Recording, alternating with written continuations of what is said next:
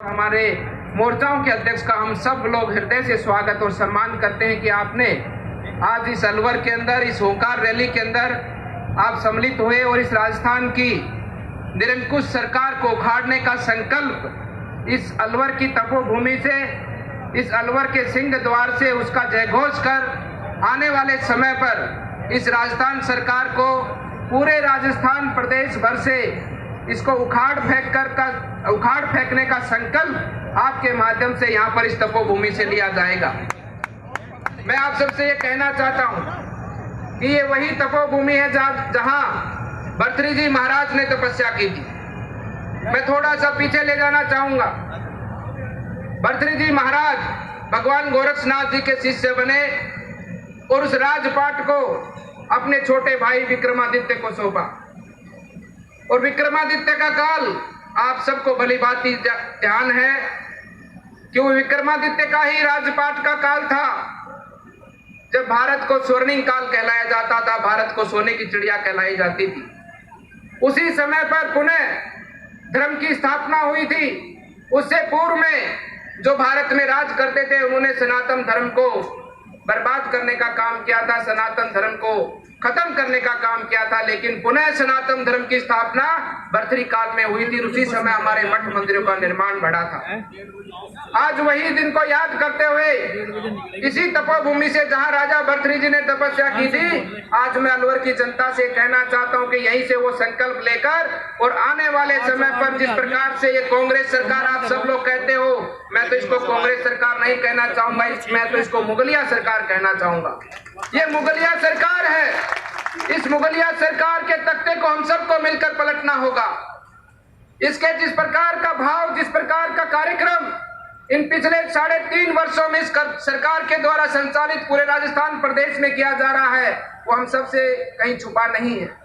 आप सब जानते हैं कि इस प्रकार की भावना सनातन धर्म के प्रति ये कांग्रेस के लोग रखते हैं, क्योंकि इन कांग्रेस के लोगों में सनातन धर्म संस्कृति का डीएनए नहीं है, इनके अंदर मुगलों का डीएनए है। उस डीएनए को हमको पहचानना होगा और आने वाले समय के अंदर जब राजस्थान की विधानसभा का चुनाव हो, उस चुनाव के अंदर इनका सारा हिसाब किताब हम सबको मिलकर पूरा करना होगा। और इनको राजस्थान में जिस प्रकार से हमारे किसान भाई जानते हैं, अध्यक्ष जी पूर्व में अमेरिका से एक बीज आया था, गेहूं का बीज।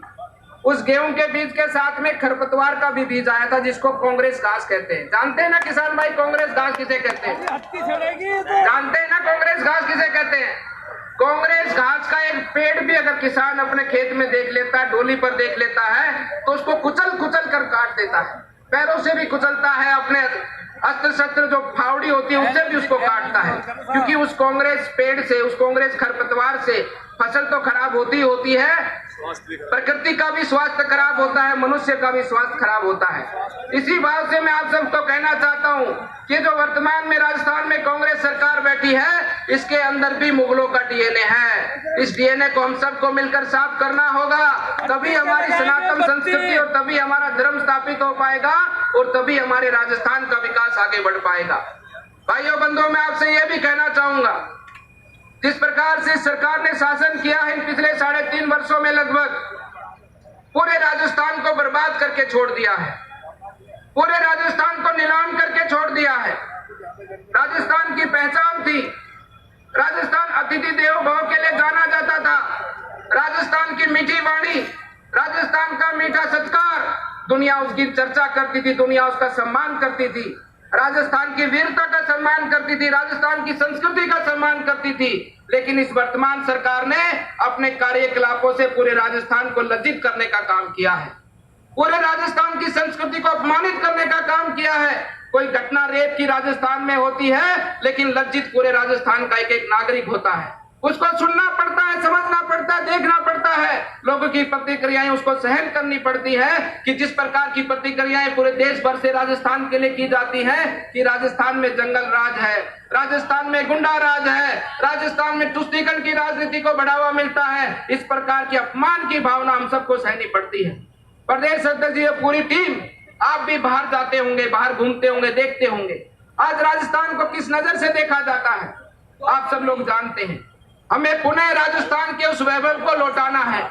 इस मुगलिया सरकार को राजस्थान से बाहर निकालना है, क्योंकि राजस्थान की संस्कृति का जो भाव है, राजस्थान के प्रेम सौहार्द का जो भाव है, उसका पूरा देश सम्मान करता है। इस सरकार के क्रियाकलापों से हम सबको अपमानित होने का ये मौका मिला है। हम सबको उस अपमान का बदला आने वाले चुनाव में हम सबको उतारना है। मैं आप सबसे ये भी कहना चाहूंगा, ये जो राजस्थान सरकार है, जिस प्रकार के फतवे मुस्लिम जो इनकी मस्जिदें होती थी उनसे जारी होते थे, हमने सुना है कि मुस्लिमों की मस्जिदों से फतवे जारी होते हैं, उन फतवों पर मुस्लिम समाज अमल करता है। आज ठीक उसी प्रकार से गहलोत के निवास से, मुख्यमंत्री आवास से फतवे जारी होते हैं।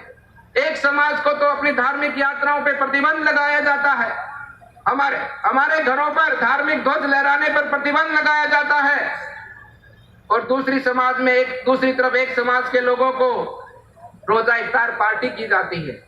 उनको वहां पर जनता की कमाई के पैसे से, इन्होंने अपने घर से पैसा नहीं लगाया। मैं तो आपके अपने नेता प्रतिपक्ष हमारे राजेंद्र राठौड़ जी से कहना चाहूंगा कि आप विधानसभा में सवाल उठाइए कि रोजा इफ्तार पार्टी पे से राजस्थान का कितना पैसा खर्च हुआ है।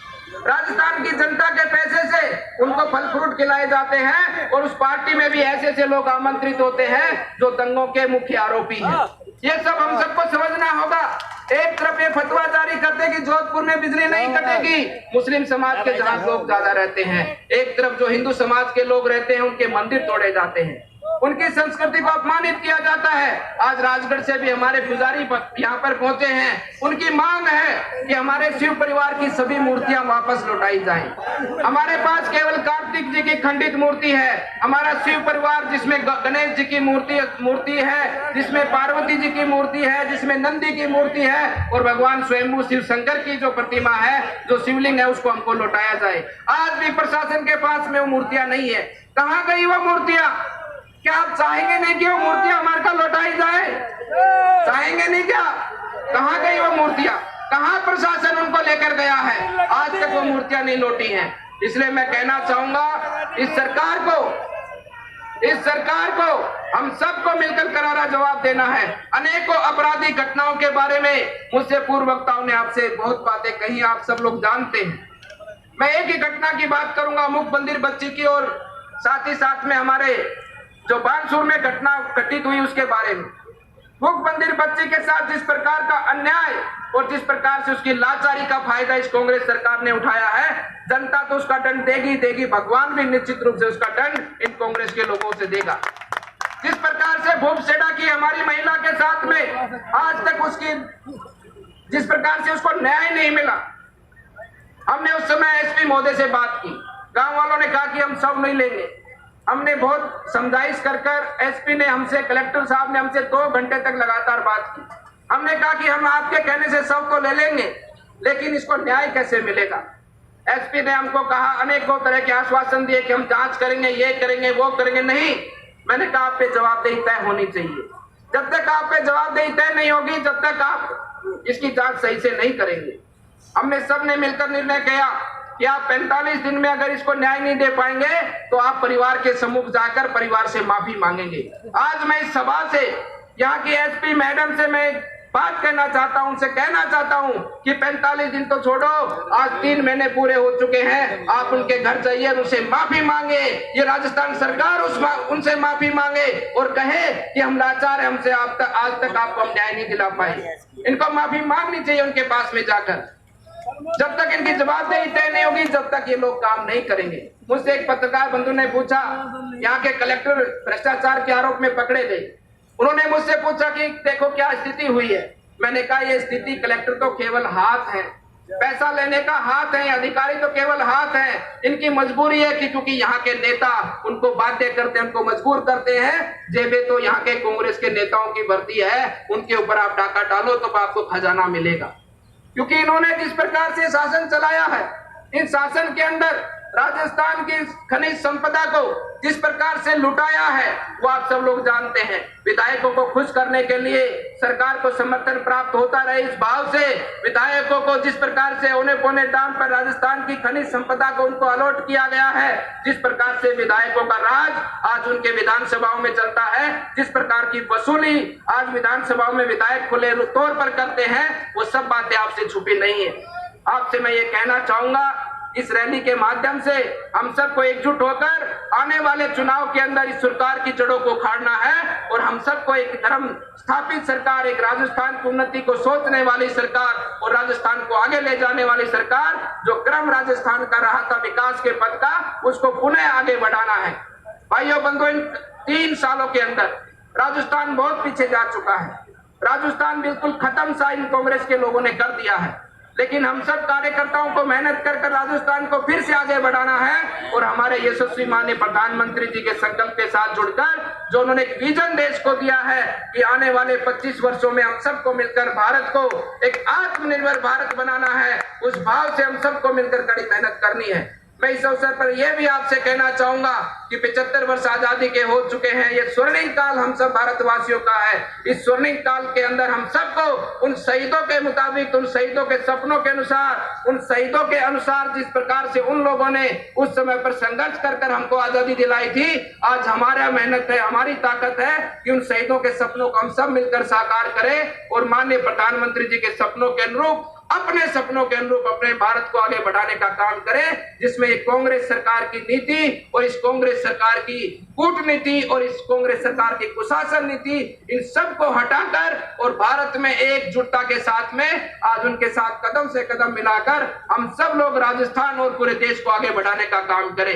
आज मैं सब यहाँ पर इतनी बड़ी संख्या में हमारे कार्यकर्तागण पहुंचे हैं। पूरे अलवर की सभी 11 विधानसभाओं से हमारे वर्तमान पूर्व विधायकों ने, उसके साथ साथ पार्टी के सभी कार्यकर्ताओं ने बहुत मेहनत कर इस रैली को सफल बनाया है। मैं आपका सांसद होने के नाते मैं समस्त कार्यकर्ताओं का भी बहुत बहुत धन्यवाद और अभिनंदन करता हूं कि आप सबकी मेहनत से ये रैली हमारी सफल हो पाई है। और निश्चित रूप से अलवर के सिंह द्वार से एक जयघोष होगा, उस जयघोष के ललकार से इस राजस्थान की सरकार, मुगलिया सरकार का तख्ता हिलेगा और राजस्थान में पुनः भारतीय जनता पार्टी की सरकार बनकर राजस्थान को आने वाले समय पर अपने देश के अंदर सबसे समृद्ध प्रदेश बनाने का हम सब लोग मिलकर काम करेंगे। आप सबका बहुत बहुत धन्यवाद। मेरे साथ जोर से एक बार फिर से जयकारा लगाएंगे। भारत माता की, भारत माता की, बोलिए मर्यादा पुरुषोत्तम भगवान रामचंद्र की। धन्यवाद।